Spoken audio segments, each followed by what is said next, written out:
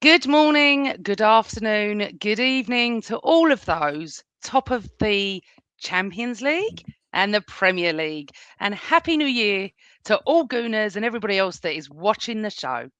We are back in 2026, and I'd like to welcome, beside me as usual, is my podcast brother from another mother.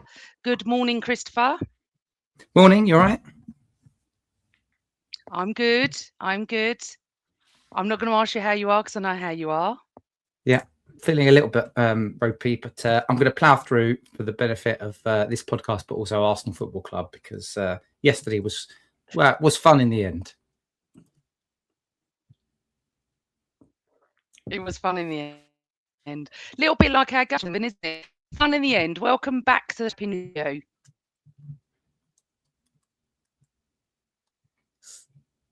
I'm having some sound problems. Are you? Can anyone hear me? I can hear you, yeah. You can hear me? Is it Amanda? I can hear Yes, Chris. I can hear you. And I can hear Amanda. Mervyn? I can hear both of you. Is it me? Oh, good. What a great first All podcast right. Well, of the good year. morning, Mervyn.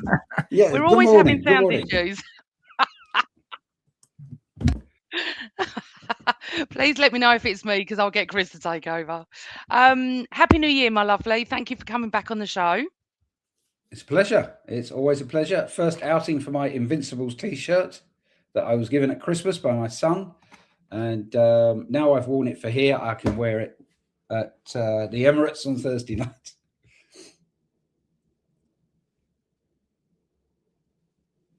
Yeah, you're going to be a bit cold. You might need a jacket or two for what's coming up on Thursday evening weather-wise. I do apologise if anybody's worried, someone's just said Amanda is choppy. If anyone's worried, I'm sitting here freezing in a t-shirt when it's -3 outside. I do have heating on around me. Bless you. Well, listen, welcome back, everybody. Happy New Year to everyone in the chat room. We're just going to dive in. We are just going to dive in, but we are going to go back a little bit to Villa. Chris, I think that they should refund us the money for first halves.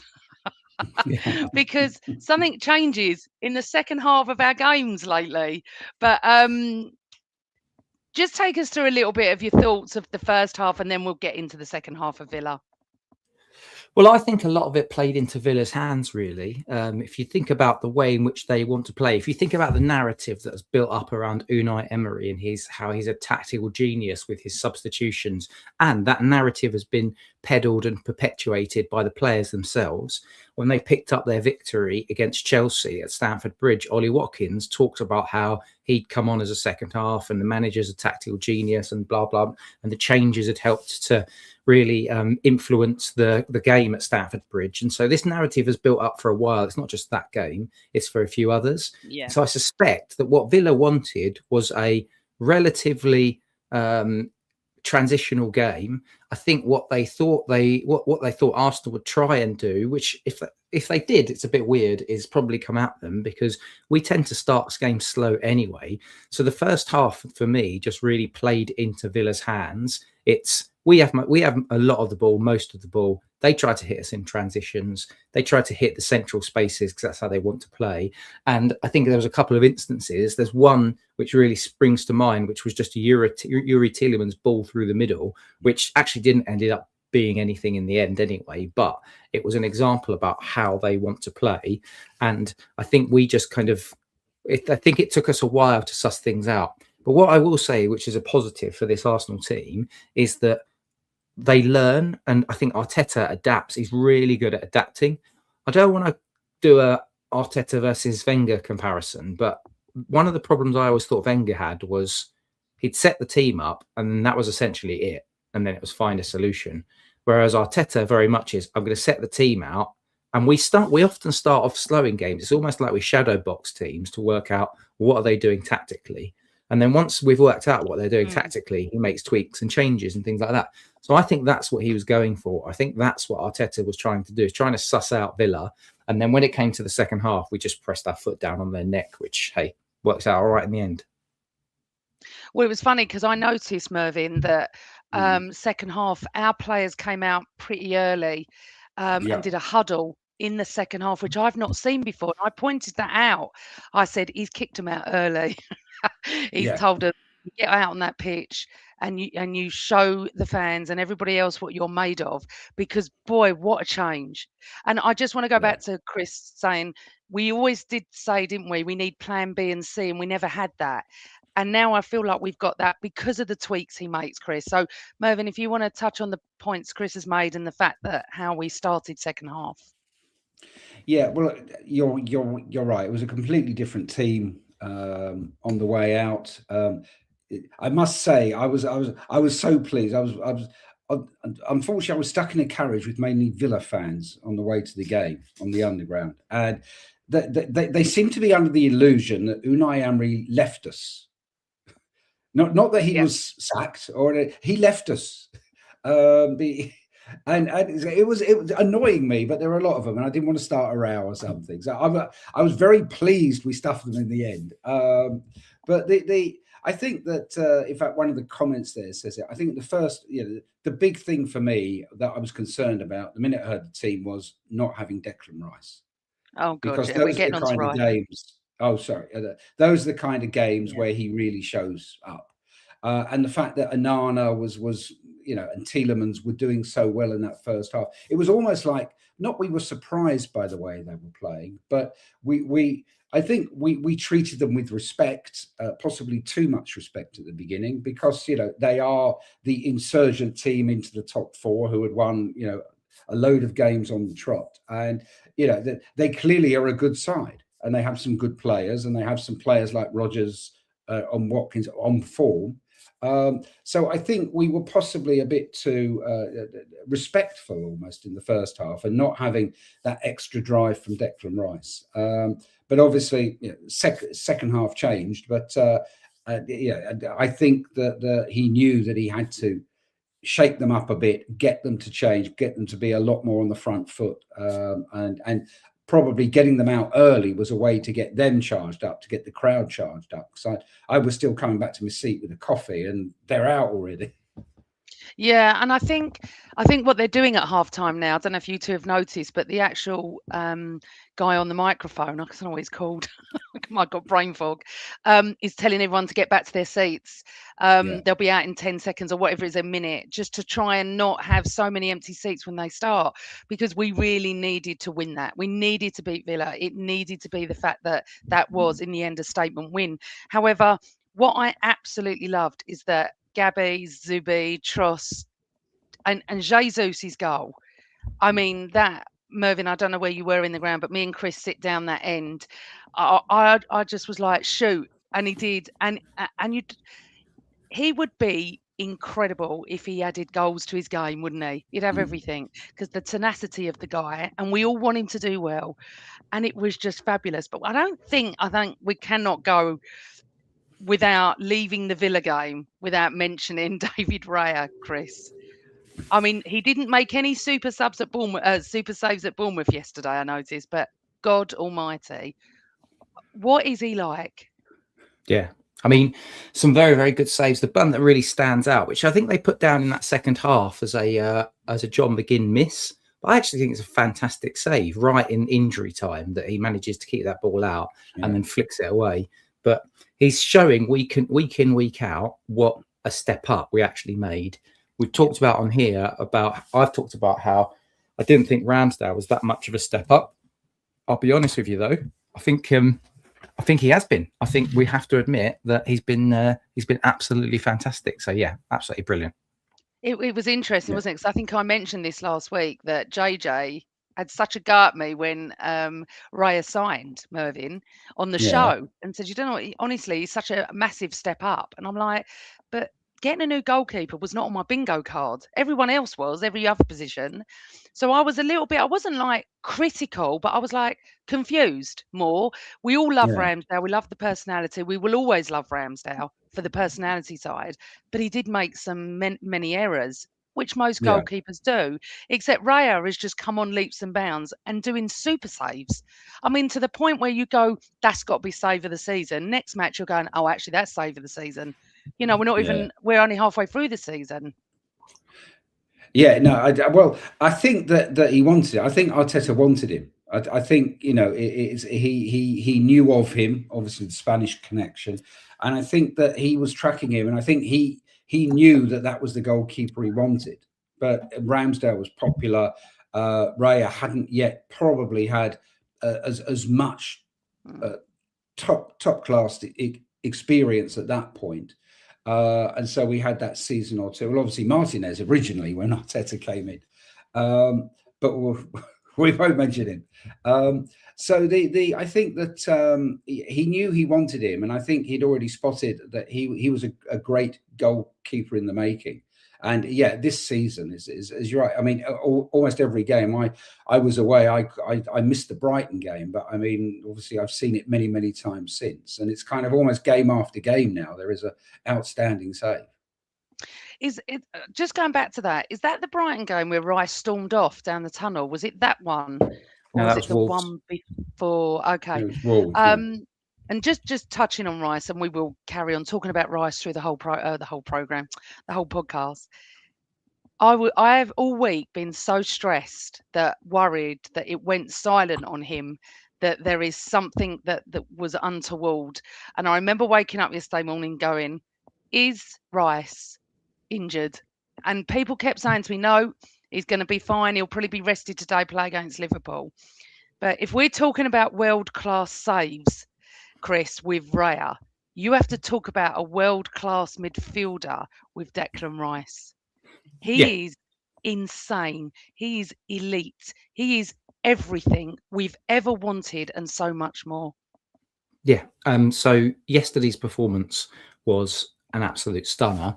I watched Match of the Day. I'm sure you guys did as well. Yeah. And they were just waxing lyrical on them, and also post Sky Sports the coverage as well. They were waxing lyrical about it as well. What I thought was the most interesting thing was how they talked about, I think it was Match of the Day, they talked about how he scans.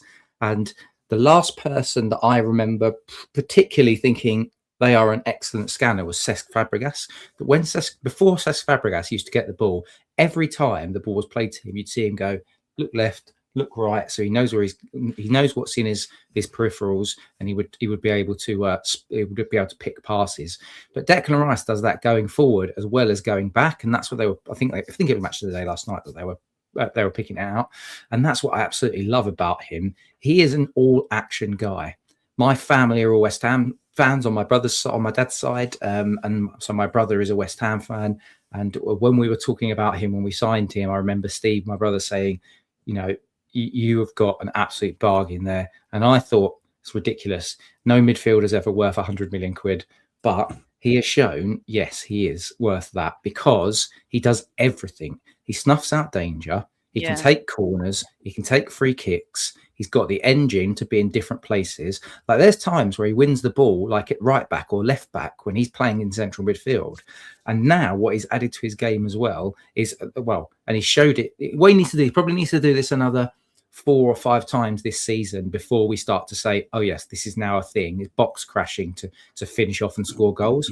Because as he pointed out I think it was in the post-match interview last night, I think he's only got 3 Premier League goals this season. So that was 2 yesterday, and then he got the one against West Ham. Someone in the comments, please correct me if I'm wrong, but I think it's just 3 goals this season. And if he's going to be that kind of complete midfielder, you probably need to say he needs 6 to 8 goals in a season in the Premier League.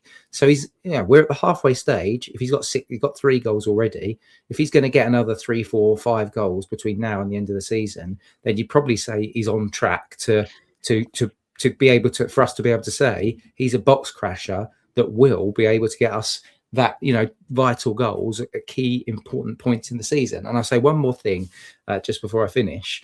Do you remember the COVID era when Arteta just arrived? And I remember us talking about the midfield of Xhaka, Ceballos and one other, and how none of them we were about this point in the season and none of them had scored a single goal. So getting goals from midfield is the important thing that helps you to win titles, especially when you're not getting it from your centre forward, which may or may not be a conversation we want to pick up today. It's listed in my podcast book, but what I do want to say is I was going to mention he may have only scored 3 goals, but Barry is saying it's 4. But how many assists has he got? So there we got 4 and 3. I mean, to me. To me, Mervyn, he's just a complete He's yeah, midfielder. And for people that don't know, sorry, Mervyn, let me just say, for people that don't yeah, know, when he signed, we had his old coach on straight away the next day. And I honestly said to him, what are we getting for 105 million quid? I mean, come on. He's good. Watched him at West Ham. He was a good player, wonderful. Would never be in sort of that world class thing in my head. Nice, a good English midfielder. Big, he's going to play for England. We've missed that. And then I remember that Tony Gale's son, saying to all of us, you watch. All he's got to do is add goals to his game, and he is going to be the complete midfield. And we got him on a year later as well, and we could see. And I remember saying to him, I can now see what we're getting for 105 million. He's worth over double that. I yeah, mean, easy. personality alone, just watching all his interviews last night. I watch a lot on social media, on Instagram. I watch all of it, and he's got the biggest smile. He's you can just tell he's the nicest guy, and he wants to win. And he's so humble in the way he talks, Mervyn. Honestly, so humble. Yeah. Oh, definitely. I mean, I wanted to sign. I wanted us to sign him. I've seen him obviously on the way through. It's interesting about the thing about is he better than Vieira? Yes, Because it's a absolutely. conversation I was having with a couple of friends as well. That it's kind of they're very different kind of players, but the impact in midfield is similar because and the fact that. I suppose he doesn't have Vieira's physical stature, but playing over here, it's kind of, he's clearly going to be a key player for England in the World Cup. And I think, everybody knows. I saw some West Ham fans back after his 2 goals against Madrid earlier earlier last year. And they were a bit squabbling about kind of, the way he was celebrating and stuff. And one of them came on and said, look, don't be ridiculous. That's why he went there. He could never achieve anything like that with us. So, it was like, I'll cheer him on because of, everything he did for us, at West Ham. And he was always going to go to another club and challenge for trophies like that. So I think that he is, he's young still as well. And it's kind of when people who support other teams, shall we say to me, who's your best player at the moment, I just say Rice. It's kind of but they expect me to say Saka, they expect me to say I say Declan Rice because he is the team. And I agree. I was thinking that last night, Mervyn, though, but then I was in my head was going Gabby. That it would be tough because in defence, I mean, we'll get on to the fantastic error he made yesterday. But I just want to say what Rude 1 Star said. He's not on Vieira's levels just yet, only down to time. It's possible, in my opinion. I couldn't agree with that more. He's not yet. And Vieira was just incredible. For the people that didn't watch Vieira, when he was fit, insane. But I agree, Rude 1 Star. It's only down to time that we're not saying that at the moment. But just Declan Rice. I agree with you. Can I just say that go on. I agree with your Carl, that Zubamendi behind him has made a big difference this season, I think. He spoke about Zubamendi, didn't he, Chris, last night? I don't know if you saw that. He was saying he may not be the strongest or the most powerful, but the brain on him, and he's like, I couldn't do it without him. This is what I mean about being humble. He never makes it about himself. I think he could. I think he could do it without him. However, probably not as good. But Zubamendi is, listen, these players are all down to Arteta and what he did in the summer, bringing Zubamendi in as well, and also the cover of Norgard. But just Rice was incredible. Let's just go on to what I was just saying about Gabriel. And honestly, everybody, this is no word of a lie. 5 minutes before Gabriel did what he did, I sat there and thought, oh God, everyone's lauding Gabriel in the press. I can't stand it because he does have these moments of madness. Not so many this season.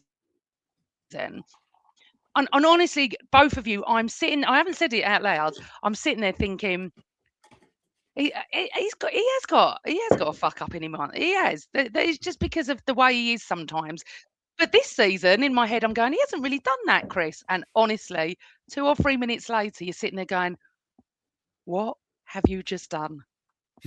Yeah, there's a few things to pick out of that though. For the first thing is that it happened really early, so you've got time to actually counter it and Yeah. to make amends. I think that is a really key thing, because that happens on the 90th minute, and there's problems. But this happened on 10 minutes, and up until even before that, I think Madueke had a good chance and just blazed the ball over. So I got the feeling with this Bournemouth team that we would create chances.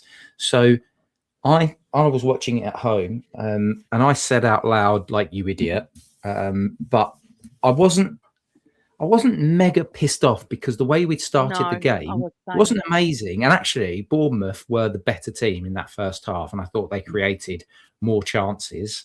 And yeah, we were off it yesterday, and that was the worst howler. But I saw Zubamendi twice give the ball away. I saw Gabriel give the ball away. I saw Saliba give the ball away.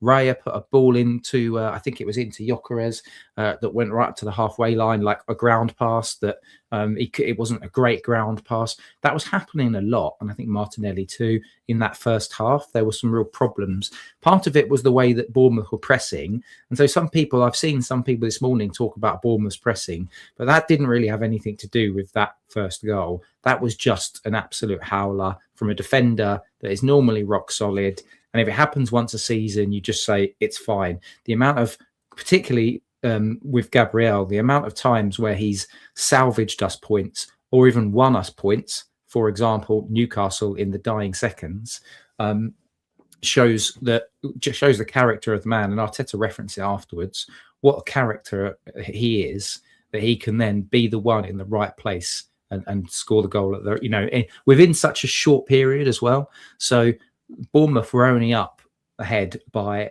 6 minutes. So we scored on 16 minutes, and that's what you absolutely have to do, because the longer that drags on, the more it becomes a thing.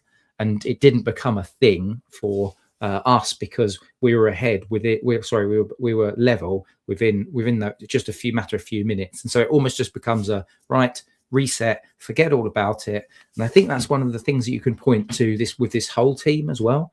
And I'll link it into Bournemouth's second goal, because personally we were cruising at 3-1, and this game I thought we're just seeing it out. But when Eli Junior Krupi scored, let's be honest, it was a bit of a worldie of a finish. When he got that, there was about a minute or two afterwards, I think we almost lost the ball from our kickoff within about 30 seconds. And it just felt like we were crumbling a little bit. But after that first minute or two, in which obviously the tails are up and the fans are singing, we kind of shut Bournemouth out and shut them down between minutes sort of 78 and like in the 90 plus minutes. So it's the mental fortitude of this team, and Gabriel is a perfect example of that, with the way in which he responded to, which was an absolute shocker of a pass.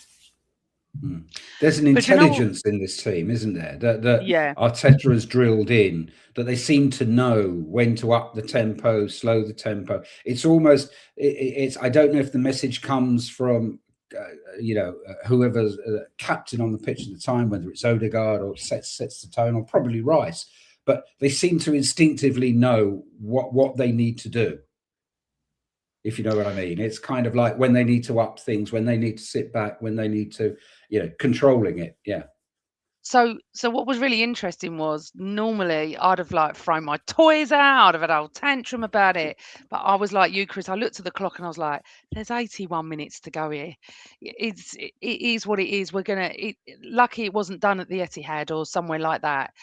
But you do sit there and you feel, okay, I wasn't as negative as I would have been normally. And I just sat there and thought, we've got time. He's banked enough points in his bank account to have an error occasionally like that. And you know what? In a funny way, he may learn from that. That may be the only error he makes, Mervyn. Do you know what I mean? So it's something that maybe a bit, oh, sorry, Chris, maybe a bit more conscious, not to be as lackadaisical. He knew what he'd done. He looked at the sky. It is what it is. They're human. We love Gabby. He gives us so much, just so much. I absolutely adore him. I don't know who I'd want to meet more, him or Rice at the moment. But let's just get onto the goal, Chris, because Can I just do one more thing though? The only thing I will sure. say with that when we went behind is that we've not really, in the last 2 years, we've not really been a good team at coming from behind. We don't tend to do that very often. Like we did at Newcastle, and obviously we did yesterday. I'm trying to remember another time. Please feel free putting it in the chat where we've come behind, particularly in the Premier League, because I don't think it happens very often. So there was that in the back of my mind. But anyway, carry on. No, but what also as well, didn't you hear what the pundits were saying, that Arsenal don't come from behind to win. It's generally a draw. So that was a little bit on my head going, okay, well, it's Bournemouth away, it's 80 minutes. But the thing is, we didn't win there last year. So in your head, you're like, but no, if it had done that at 80 minutes, I think we would have all just been like catastrophizing, wouldn't we, Mervyn? But there was so much time left, and the fact that the momentum of winning against Villa will take you on, and Madueke, you have to say, down that right, he was persistent. I actually thought he'd taken it too far. Yeah, it was a bit. He's that kind of a player. It's interesting. When we signed him, I didn't really know that much about him, and so I messaged a Chelsea friend. Yes, I have friends who support lots of other clubs, and said, "Well, why are you letting him go? Why?" And he said, I wouldn't want him to go.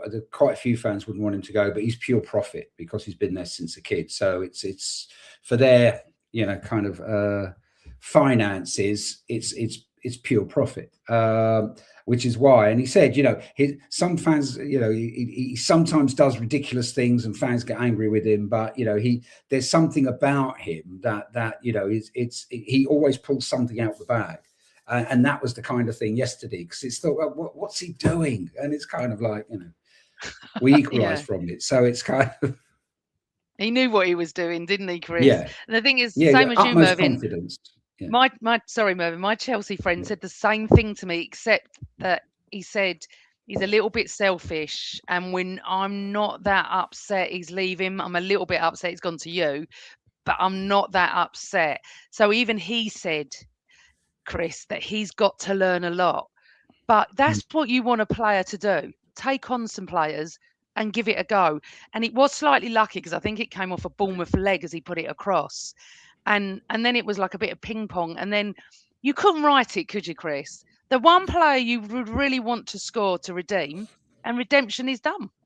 Yep. And I believe I could actually write it, because it is the sort of thing that you expect from Big Gabby. And again, I'll cite and reference the Newcastle game, in which it was his mistake with Voltemada's header that put us 1-0 behind. And he was the one that's dragging us out of it, albeit in the 90 plus minutes of injury time. So I feel like if there's one player that would get us back into it, or at least would have an impact at the other end of the game, of the match, of the pitch, it would be Gabriel. And if we think, since he's come back and started, he played the Villa game, scored the first goal, and he's played this game and scored the first goal. So he's a real deadly finisher in the box. I think somebody else said in the chat, Gyökeres, take notes. I do think we should talk a little bit around not just Gyökeres, but the whole team as well, and scoring, because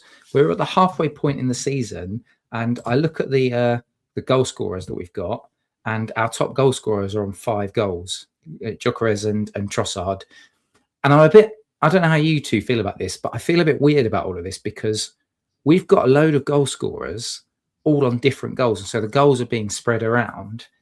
But you can't say that. I mean, most of the times, if you ask somebody at the beginning of a season to win the Premier League, how many goals does your top goal scorer need to have? They probably say 16 to 20 goals.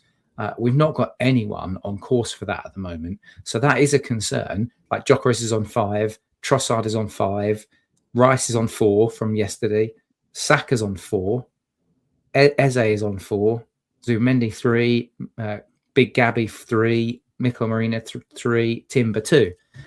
So then the other side of that, to counter it, and then I'd love to get your views on this, is that then you look at actually the number of goals that we've scored, and we've scored the second most behind Man City.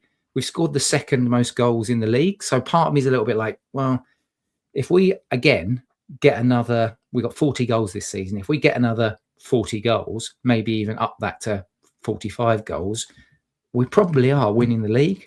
And then the final stats that I'm going to give you is I've just looked at Man City. Haaland's got 19, Phil Foden's got 7, but then after that, it's like Reinders on 4, DS on 2, Gvardiol on 2, Cherky on 2. So I don't know. How do you guys feel about the lack of an outstanding goal scorer? Because even Saka's behind on his numbers at the halfway stage compared to last season and the season before. Mervyn, I'll let you go, then I'll come in. Okay. I think that somebody like Haaland, if I say is a freak, I don't mean that because he's so tall and everything. I mean, but you occasionally will get a striker that comes along and for 3, 4, 5 seasons it just kind of smashes all the goal scoring records. That's probably how other fans were feeling about Henry a number of years ago. And there's not a lot we can do about that. He's there. He's not about to leave. And he is a goal scoring machine. And because of that, he's got the physical presence as well. Because of that, they don't need so many secondary scorers. And with us at the moment, you're quite right. It feels that although we've scored 7 goals in the last two games, it feels like it's almost not a struggle, but it's kind of, we're on top, we're creating lots of chances. You don't necessarily know where that goal is coming from. You kind of suspect there's going to be a goal from a set piece at some stage during the game. But we don't have that kind of striker. But then I don't know if the way the team is playing at the moment, if we were to put, a version of Haaland in there, I don't know if it would fit with the way the team is linking and the way the interpassing is going and the way particularly since Odegaard has come back. And I was a bit concerned about him at the beginning of the season, but he seems to have his edge, and he seems to be, making things happen. And I think that it doesn't bother me because the goals, I suppose, are coming from around the team. Obviously, if we go through, if we suddenly have a couple of games where we don't score, then it will be a little bit more concerning, particularly if we're missing chances that a traditional striker would score. But I'm sure, I don't know. I don't know if we're going to talk about Gyökeres on his own at some stage, but we should probably bring that in now. Because I'm just going to go into that because quite a few people in the chat room. Just before you go, Amanda, just one more thing, and I want you to get your thoughts on this, Amanda. Saka as well. Like, it just doesn't feel like he's had his shooting boots on. Last night, there was one instance when he came on where he did that usual. He comes in sort of horizontally by the just on the edge of the penalty box to shape to shoot. And I've seen this in the last few games that he's played, blazes it over. It's almost like he's not quite got his range at the moment. So just go back to your first point. I couldn't care less who scores if David Raya gets them all. I couldn't care less. I've always felt like that. When we haven't had a 30-goal striker since Henry, right? Maybe since then, but I don't care. I love it that all of the players are scoring. Look at Villa. 4 different players have scored against. It really doesn't matter. We can link into that. That's how I feel. As long as they're scoring, it doesn't matter. You can have Zubimendi getting a hat-trick against Liverpool for Thursday night. I couldn't care less. I don't care if we haven't got a Haaland because at the moment it's working. So we're top of the league. I don't know how many points clear we are. 4 or 5. Probably everyone will tell me what, because City plays this afternoon. What I will say is with Gyökeres. Now, I know even the people that have been defending him and saying giving him time are starting to change a little bit. I'm not. And I'll tell you why I'm not, because you should see the other work he is doing. Now, if we are top of the league and we are scoring goals and our goal difference now is exactly the same as City's, so we've got the best goal difference with them in the league, Gyökeres is obviously bringing something because we are winning. Now, of course, we all want him to score. There's just no doubt. We would have loved him to score one of the goals yesterday, just to get that elephant off his back. But and listen to what Arteta's saying as well, and how much he does bring. He made the second. Was it the first goal for Rice? Was it the first? No, the second. I can't. The one that Odegaard passed to Rice was Yeah, second. because of Gyökeres, right? So if we haven't got him there, we may not have scored that goal, and it may have ended up a draw. So I know a lot of people are starting to turn a little bit towards that. They're very, very concerned. I'm not. So that's how I feel, Chris. I mean, he does need to score more, but I think it will come. I do. Okay. What about Saka? Now, Saka's an interesting one. You know how we would have felt last year if he wasn't starting and on the bench. We would have that would have been the first thing we would have all in our WhatsApp group gone, "Oh my God, why is Saka on the bench? Why is he on the bench?" Well, I'll tell you what, I didn't feel like that yesterday with Madueke. I was quite pleased. I can't believe I'm saying this, but I don't think Saka's been at the races the last month or so. Now, I don't know why. I don't. And I mean, of course, I love it. I mean, he made the one of the goals, didn't he? It was a fantastic run from him.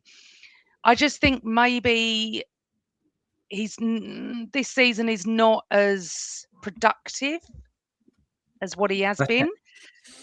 The scoring side of it so much, but at the moment it's not mattering because if you are fourth in the league, we'd be sitting here going, right, Saka needs to score, Gyökeres definitely needs. We're not. So for me, I'm not worried about Saka. It's funny actually. I think it's since he's got engaged. Since he got engaged and announced it, he hasn't actually played tremendously well. And also, remember something else, both of you. He's never had 1 ounce of competition for that position. Saka would be the first name on the sheet for the right-hand side. But Madueke made the first goal. Yeah. I think also my only concern is he's still very young. Of course, he's got a long career ahead of him still. And I suppose there's things, he's kind of, has the captain's armband. And there was something, I can't remember who it was, but they were talking about kind of England, going into the World Cup. And the fact that there's a leadership group, Kane is the captain, but there's a leadership group around him. And they mentioned 3 names, and one was Rice and one was Saka. And I thought, God, he's very young to be part of the, part of the leadership group to lead England into a World Cup. So it maybe he's getting a bit too much responsibility on his shoulders at still a fairly young age. And maybe this is impacting the way he plays. Maybe it's impacting the way he puts himself, I suppose, forward on the pitch as kind of, because he gets the captain's armband if Odegaard isn't there and stuff. So I don't know if that in his head is making him almost see himself a bit differently. But you're right, he's got competition now from Madueke. And the whole team is, from different areas is chipping in. So it's kind of young in body, old in mind. Interesting one, yeah, possibly. But I'm a little bit concerned because he's the star boy, and hopefully he's going to be with us for another 10 years at least. And it may just be it's that kind of early stage. A lot's happened quickly for him, as say part of a leadership group for England, and maybe he just needs to settle down and focus on playing on the right wing for Arsenal. Okay.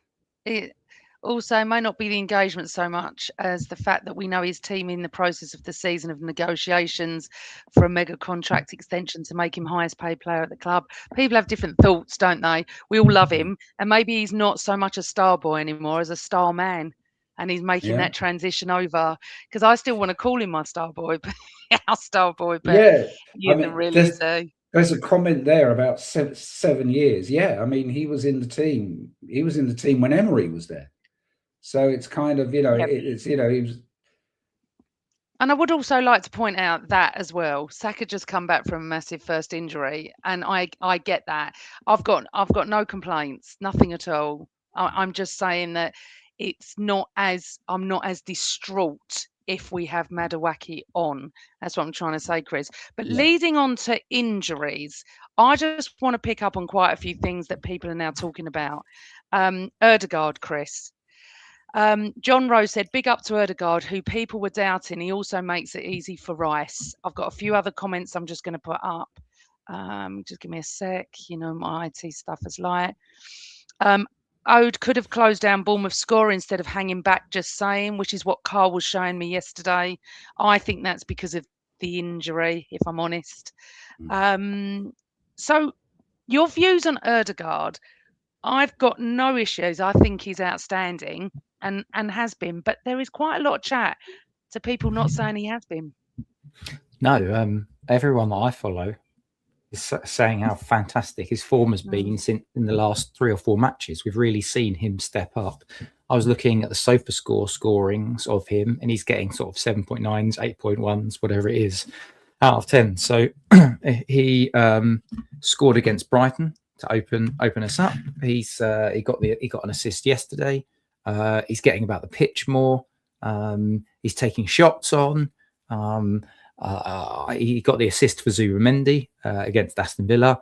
This is a guy that's actually reaching back into some form. There's a reason why I think Eze hasn't started in the last 3-4 matches, and I think it's because of Odegaard's sparkling form. In fact, Eze is one of those that's very, very interesting because he's only played like 910 minutes. He's only actually started 11 games this season out of. We're going to talk 20. about that, Chris. Do you think, because this is on my list, that Eze's been sort of pushed out slightly because he didn't track back for the Villa goal? He didn't track the player for the Villa goal, because I don't understand why he's not coming on as a sub. That's one of my things to discuss, actually. Well, I think there's a few things here. Number one is I think Odegaard's form is keeping Eze out. I think that probably has a reason as to why he lost his place, as in the initially. But I also think there's some game state happening as well. So Arteta is a man that favours continuity. We go 1-0 up against Brighton. We go 2-0 up against Brighton, but it's still tight. And by the time Brighton score their goal, I think if there were certain different game states where we needed to open up a team, I think he'd be used more. If you think about how he was used against Man City, he was brought on against Man City and made the difference. And I think he would be used in that context. But I think the context of the different games, like we were 4-0 up against Aston Villa with 10 minutes to go or whatever it was. There's just no point in. I mean, you could bring him on, but you could actually, there's just other players that you can give minutes to. And so I just think it's more game state than anything else. I think Eze will play. It's just finding that right moment. I wonder if Liverpool might be the opportunity to give him some minutes there, because he rested Saka yesterday. It wouldn't surprise me if he has a think about whether or not he rests perhaps an Odegaard, or perhaps he even says, do you know what, I'm going to play, I could rest Rice, because Rice has got this information. Actually, you can't rest Rice at the moment against Liverpool. No. So not against Liverpool, no. I don't think you can rest anyone against Liverpool, because unfortunately they're a little bit better than they were at the beginning of the season. But it's also something like Havertz wasn't in the squad, but he said it's just managing the load. So I don't think there's any injuries there, so I'm not panicking on that side. We're going to have that to bring on as well. I say that, our Havertz. I mean, it's getting exciting, isn't it? And we are now first week in January. I just want to touch on a few other things. Mervyn, what do you think on the Waneri situation? Because he's not getting any minutes whatsoever, is he? No. Should he go on loan? Sorry, that's what I was going to ask. Yeah, the guys I sit with and have known for most of my adult life are fairly vociferous every week. Why isn't Waneri getting on? Why, he's got so much potential. And I don't know if we're managing him in a certain way. I don't know if there's something that happens on the training pitch that we don't see that makes Arteta feel that, he needs a bit more maturity in what he does. I would have thought that loaning him to give him first team football experience would be the kind of move to make. But again, maybe, Arteta probably thinks we can win all 4 trophies and we need a squad. And Waneri can come on. But I mean, if he's only ever going to come on for the last 10, 15 minutes of games, then he's never really going to build that experience up. So it is, he looks very skillful when he comes on. And I can understand kind of, in training, probably he does well. I would think if we were going to send him on loan to get some experience, kind of, I know Bournemouth have been mentioned, obviously, because they're going to lose Semenyo. I think there'd be the kind of team that he should go to. But I mean, I'm not sure, unless there's something behind the scenes we don't know about that hasn't come out. Yeah, it does seem strange. I think he's just managing him, to be honest, and I don't think we need him at the moment. So, I mean, Dalman's had more pitch time than he has. I think. And unfortunately, he's injured now, isn't he? Yeah. So just finishing off with Bournemouth, and then we can talk about Liverpool before we head off. 2 goals, obviously, from Rice, which were lovely.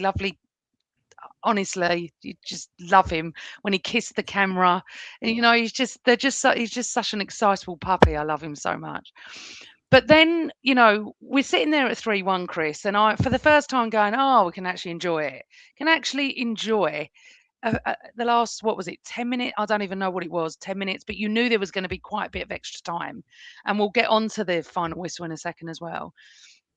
And then we concede, and it's 3-2, and you're going, oh my God, we cannot draw and win titles. We cannot do that. We have to win this, Chris.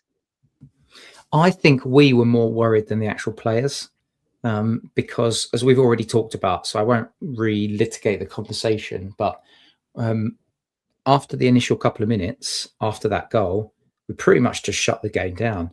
And I think you have to give respect to the team with their ability to do that. It hasn't felt like that to us. For the Brighton game, it didn't feel like that. But when you relook at the stats and the numbers behind it, Brighton didn't really do anything after they scored their goal against the run of play, and Villa did nothing at all in that second half. And even though they created 2 big chances and scored from one of them, the game was done. So it's a little bit like, whatever.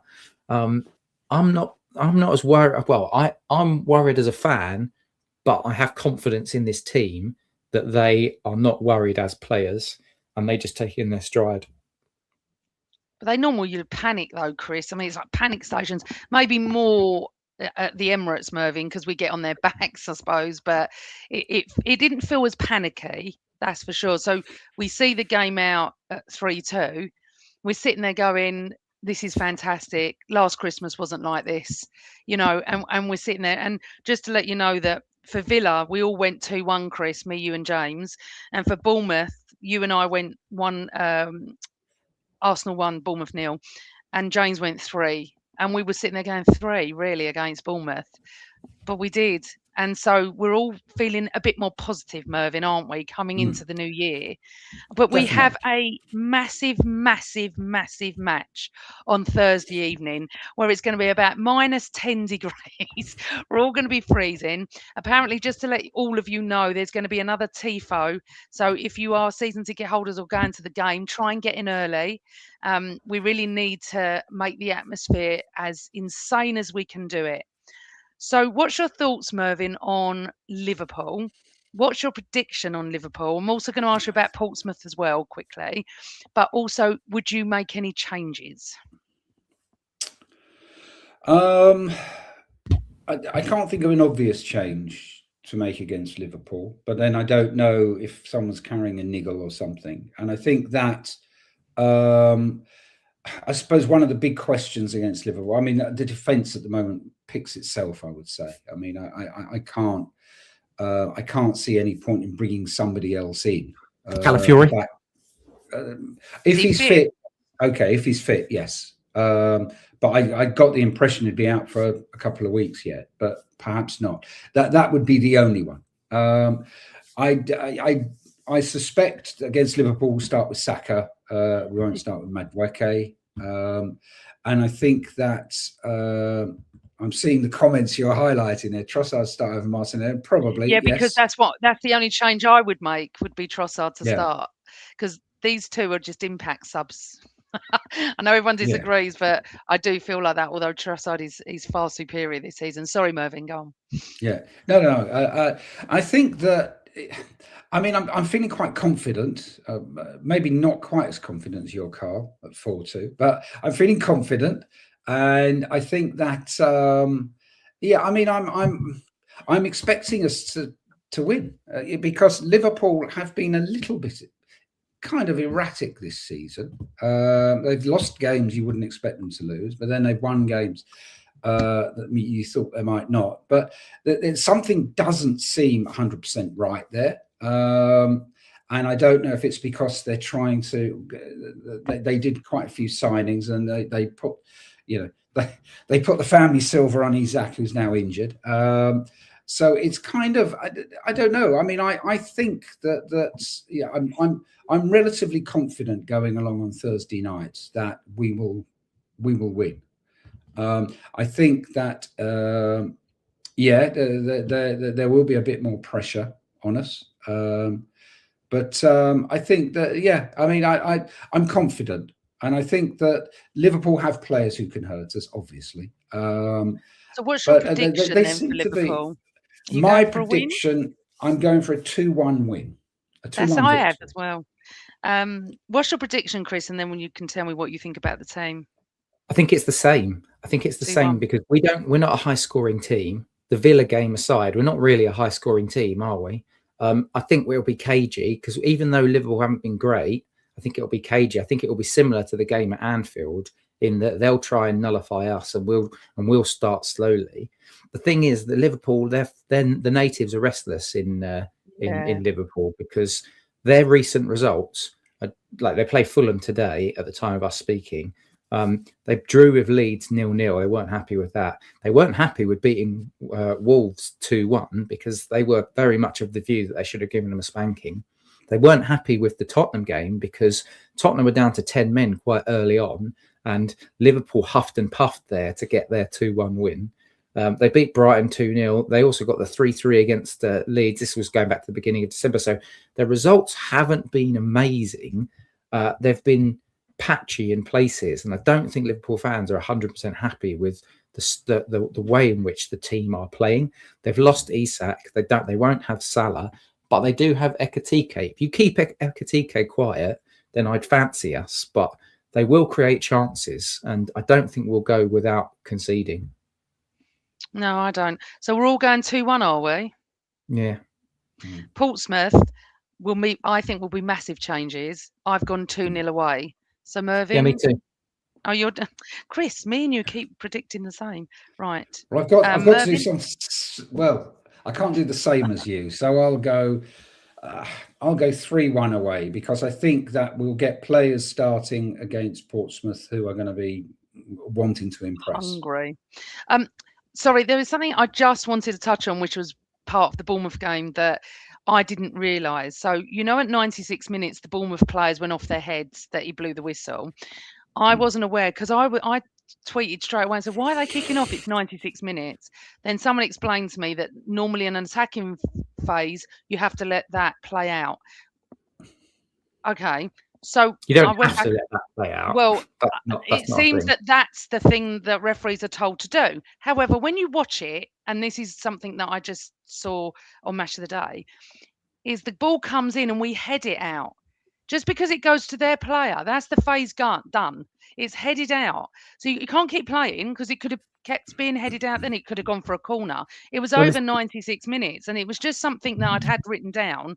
This is exactly realise that. Yeah. When is an attacking? That's really subjective, right, Amanda? It's like when is an attacking phase an attacking phase? Oh, the ball's in your defensive third of the pitch, so that's still an attacking phase. It doesn't matter that we're just standing on the ball, not doing anything with it. This isn't rugby, guys. Like you don't play until the ball goes out of play. Exactly, and I think that they'd not realised that we'd headed it out. It was over 96 minutes, but it wasn't that. He did that to Odegaard in the first half. We were attacking and he blew the whistle. Do you remember we were going shoot, and he just didn't, went round, and then he blew up, and we were all like, "Oh, Odegaard, you should have had a shot." But it was so weird. I didn't know why they were screaming at the ref like that. Anyway, sorry, it was just something I wanted to mention because I didn't realise that.